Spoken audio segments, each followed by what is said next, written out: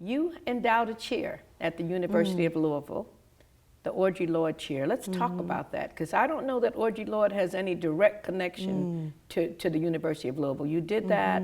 I can't remember the year. It was I think it was 2002 or 3, something in there. Why did you do that, Carla?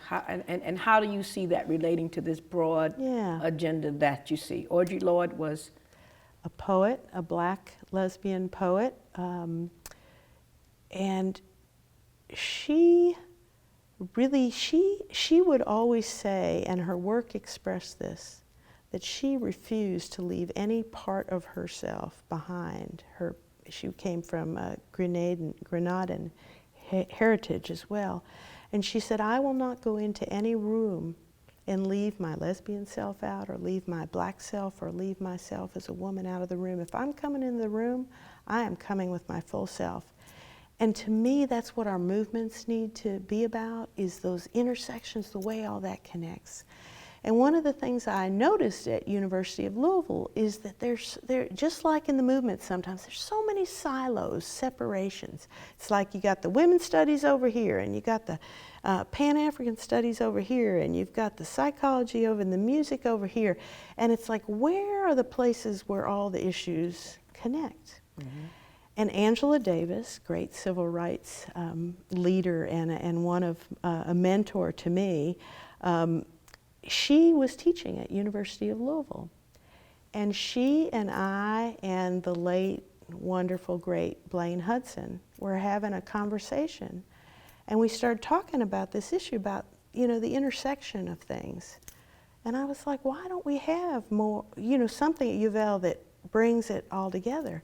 And it was out of some of those conversations that I felt inspired to do something like that, that I wanted something that reflected, and it's the Audre Lorde chair in race, class, gender, and sexuality.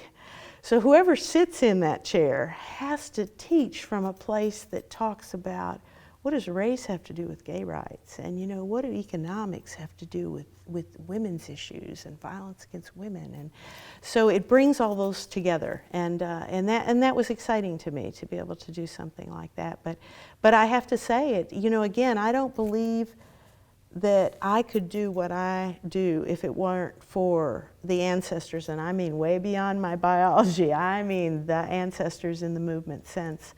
Who have helped me make the decisions I've made along the way, and I really treasure that. And so when I think of Dr. Hudson, or I think of Angela Davis, and then I think of the grassroots activists, all of that comes together, and Ann Braden, to help me do what I do.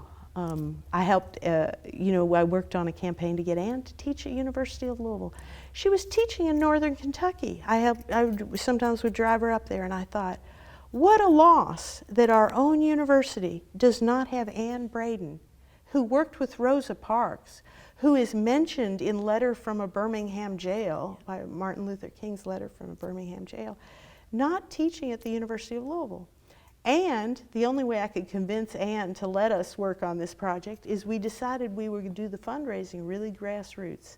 Some people would give $10 and some people would give $1,000, whatever it took to build up the amount, and then the University of Louisville. And of course, once Blaine became the head of arts and sciences, he was supportive of things like that. And that was really a wonderful atmosphere to be involved at university.